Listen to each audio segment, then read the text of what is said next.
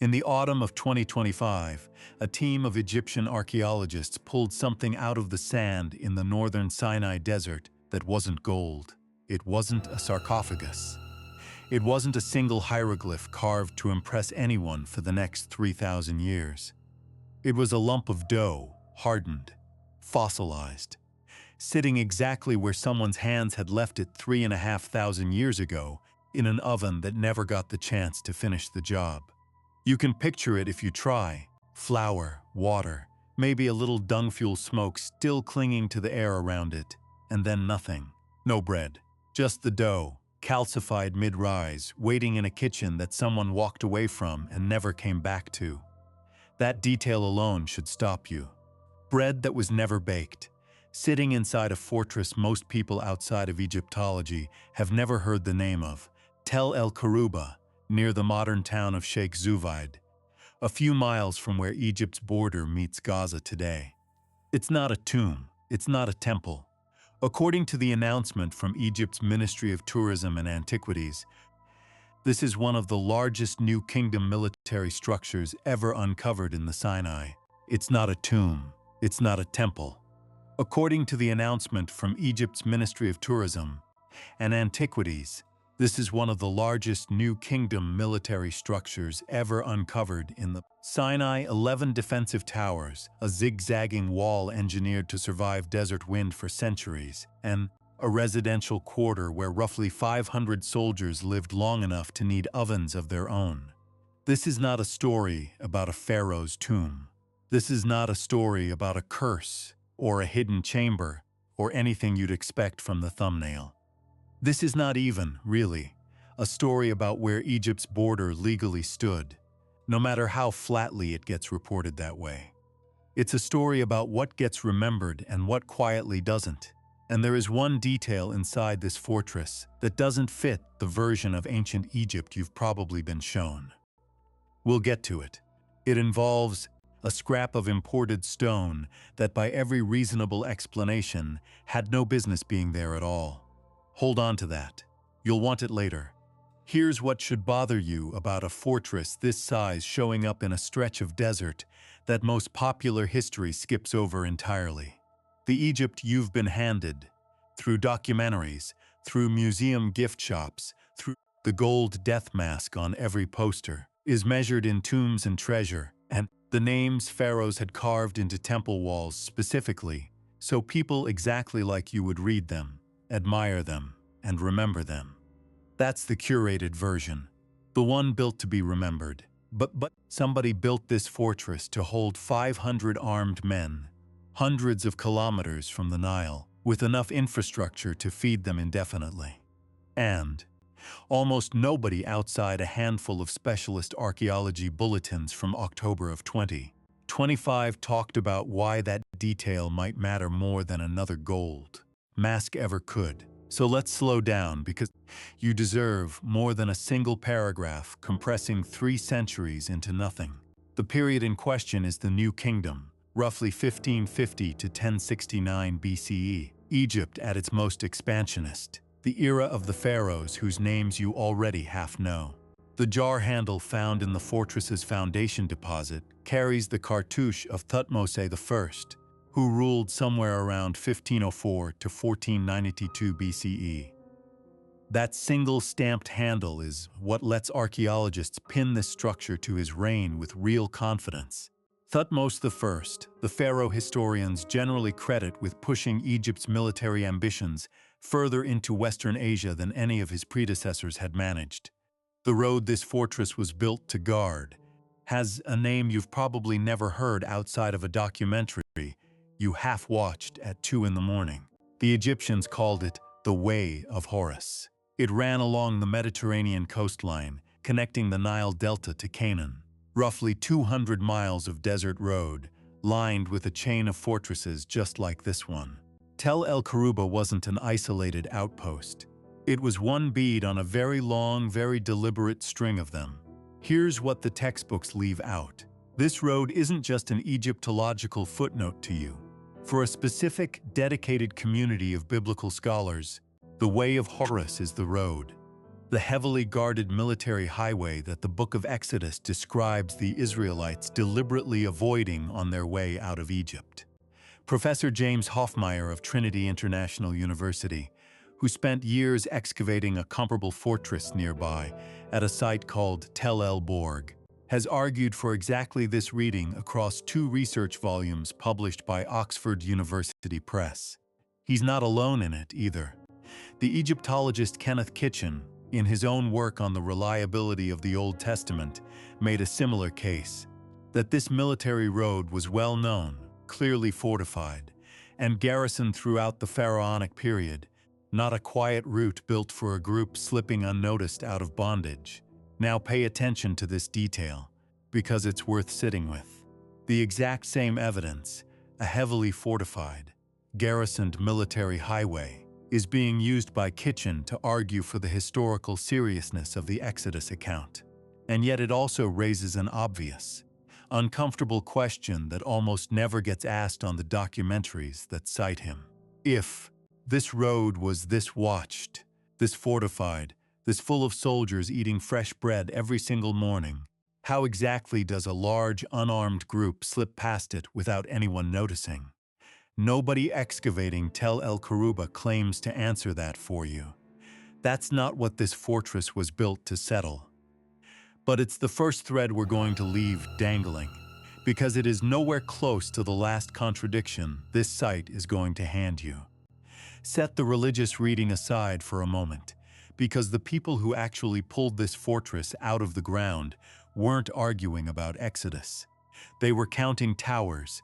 The excavation was led by Hussein, Undersecretary for Lower Egypt and Sinai Archaeology with Egypt's Ministry of Tourism and Antiquities. His team mapped 11 separate defensive towers along the fortress walls and a zigzagging interior wall, well over 200 feet of it, engineered specifically to resist the kind of wind and sand erosion that has erased far less carefully built structures across this exact stretch of desert. Based on the storerooms, courtyards, and residential space they uncovered, Hussein's team estimated the garrison at somewhere between 400 and 700 soldiers, with 500 as a reasonable working figure, 500 men, in the middle of the Sinai. For what was very likely years at a stretch, and this is where the official record goes quiet, because almost none of the public coverage of this discovery spends more than a sentence on what that number actually demands of you to take seriously. Feeding 500 soldiers in a desert isn't a footnote. It's an engineering problem with no easy shortcuts. It means a permanent grain supply. It means ovens built to run constantly, not occasionally. It means somebody, somewhere, solved the logistics of moving flour, fuel, and water to a fortress hundreds of kilometers from the Nile, and solved it well enough that the fort apparently held for generations. Tel el-Kharouba wasn't the first piece of this particular puzzle. Back in 2003, Hoffmeier and his colleague Muhammad Abd el-Maqsood published a paper in the Journal of Egyptian Archaeology describing the related fortress at Tel el-Borg, a site that, alongside others like Tel Habwa, forms part of the same chain along the Way of Horus. Read that paper, and you start to see a shape the popular coverage almost never frames correctly. This wasn't a scattering of isolated forts. It was a network. Deliberate. Resupplied on a schedule that somebody, centuries ago, had to plan down to the loaf. But here's the problem with stopping the story at Egypt built forts to defend its border. That explanation accounts for the towers. It accounts for the walls. It does not account for the one detail that doesn't fit a simple border defense story at all. Fragments of volcanic rock, identified as imported from the Aegean islands, found inside a fortress built almost entirely out of mud brick, hundreds of kilometers from the nearest port that could plausibly explain how they got there over land. Stay with me, because this next part matters. A purely defensive, purely overland reading of this fortress has no good explanation for that stone. None of the towers explain it. None of the grain math explains it. It sits in the find list like a loose thread nobody quite knows what to do with. The kind of detail that gets mentioned once, in a single line of a press release, and then never followed up on again. So where does that actually leave you? A heavily fortified road that biblical scholars tie to Exodus, and an archaeological record that complicates that very fortification. A garrison of 500 men whose feeding logistics almost nobody bothers to calculate. And one piece of imported stone that doesn't belong in either explanation on its own. None of those three things resolve each other. That's not a flaw in the research. That is simply where the evidence sits right now. And you're allowed to find that unsatisfying if you're the kind of person who'd rather sit with an unresolved question than be handed a tidy answer. You're exactly who this channel is for. Subscribe if you want more of this, and stay with me, because the volcanic rock is about to make a lot more sense to you. And so is the reason. Stay with me, because the volcanic rock is about to make a lot more sense to you. And so is the reason almost nobody outside academic Egyptology ever talks about it. Here's the version you weren't supposed to find buried in a single line of a press release. That Aegean volcanic rock only makes sense once you stop asking how Egypt defended this border and start asking a completely different question: how far Egypt could actually reach. Those aren't the same question, and the gap between them is where this fortress starts to mean something different to you than it did 10 minutes ago. A purely land-based supply line doesn't explain imported island stone showing up inside a desert fort. A maritime one does. Researchers studying the broader Way of Horus network have pointed to a nearby military port as the likely answer. A coastal point where ships could land building material and supplies, feeding directly into a fortress that, on a map, looks completely landlocked and isolated. If that reading holds, el-Kharouba wasn't only a wall facing east toward Canaan. It was also a node facing north, out across open water, into a Mediterranean trade network that had nothing to do with the political border Egypt claimed on a map. Think about what that actually means for you, sitting here listening to this. The border of an empire, the one drawn in your history textbook, marks where Egypt's territory legally ended. But the supply lines feeding this fortress reached further than that line ever did. By sea, around it, past it entirely. The map and the actual reach of the empire were never the same shape.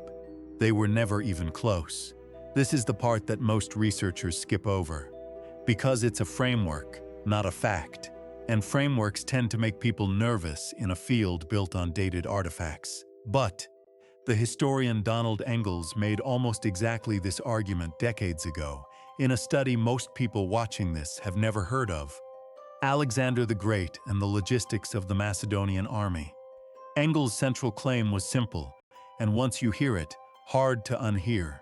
The true limit of any ancient military power was never the line on a map. It was how far that power could keep its own soldiers fed. Everything else, the conquests, the treaties, the monuments you've actually seen, was downstream of that one unglamorous constraint. Live that lens to el-Kharouba, and the fortress stops looking like a defensive wall to you and starts looking like a logistics terminal that happened to also come with 11 towers attached. And this is where it gets complicated, because almost no popular account of ancient Egyptian military history is built around logistics at all. Picture the documentaries you've actually sat through about this era. They're built around Thutmose III's campaign annals at Karnak. The lists of cities conquered, tribute taken, enemies defeated, triumphant.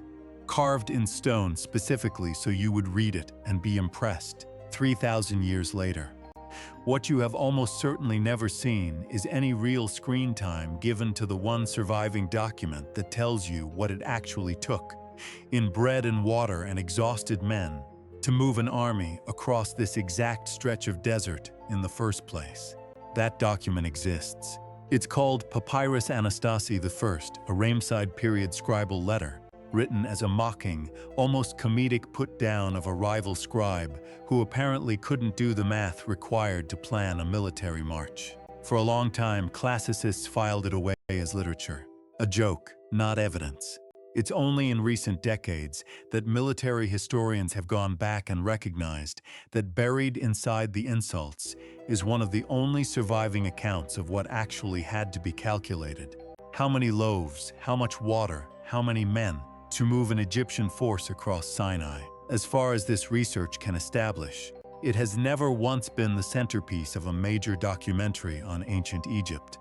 So you have a nearly 3,000-year-old joke about a scribe who couldn't count rations, sitting quietly in an academic translation somewhere, while the gold mask from a tomb 400 kilometers away gets its own museum wing, its own gift shop, its own primetime special.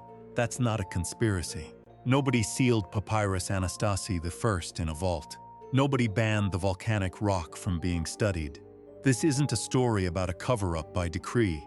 It isn't a story about anyone burning evidence. It isn't even a story about anyone lying to you outright. But ask yourself why one version of this empire's story, the gold, the conquest lists, the pharaoh's name carved for you to admire, became the version everyone tells, while the bread, the ovens, and the imported stone that don't fit the simple narrative stayed buried in specialist journals almost nobody outside academia ever opens. So where does that actually leave you, now that you've sat through all three pieces of this?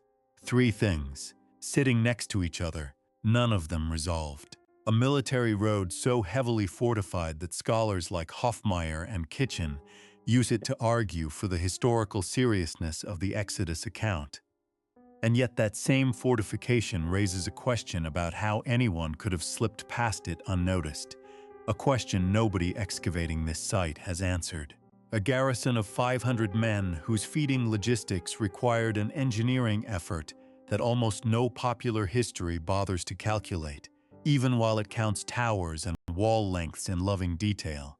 And a handful of volcanic stone, carried here from islands across the Mediterranean, proving that this empire's actual reach extended further than any border it ever drew on a map. By sea, around the line, past it.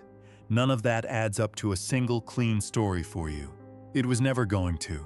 The traditional reading, the academic reading, and the logistics reading all look at the same fortress and walk away with a different shape for what Egyptian power even meant in this stretch of desert 3,500 years ago.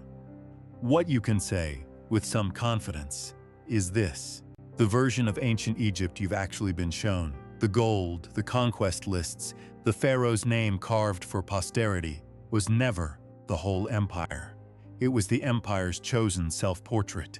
The bread, the ovens, and the imported stone were never hidden from you in some deliberate, organized sense. They were simply never as interesting to put on a poster as a gold mask was. So here's the question I'll leave you with. If the true edge of an empire was set by how far it could keep its own soldiers fed, by supply lines, by grain, by stone shipped in from across open water, rather than by where a treaty or a border marker said its territory ended, then where do you think we actually draw the line between an empire and a supply chain? And who, exactly, decided that the gold mask was the part of this story worth remembering, while the bread, sitting fossilized in an oven for 3,500 years, was not? The fortress at el-Kharouba doesn't answer that for you. It just makes it impossible for you to keep ignoring the question. We have only just touched a part of this mystery, but the real question lies in your perspective. What do you think about an empire whose actual reach was measured in bread and ships, not borders on a map?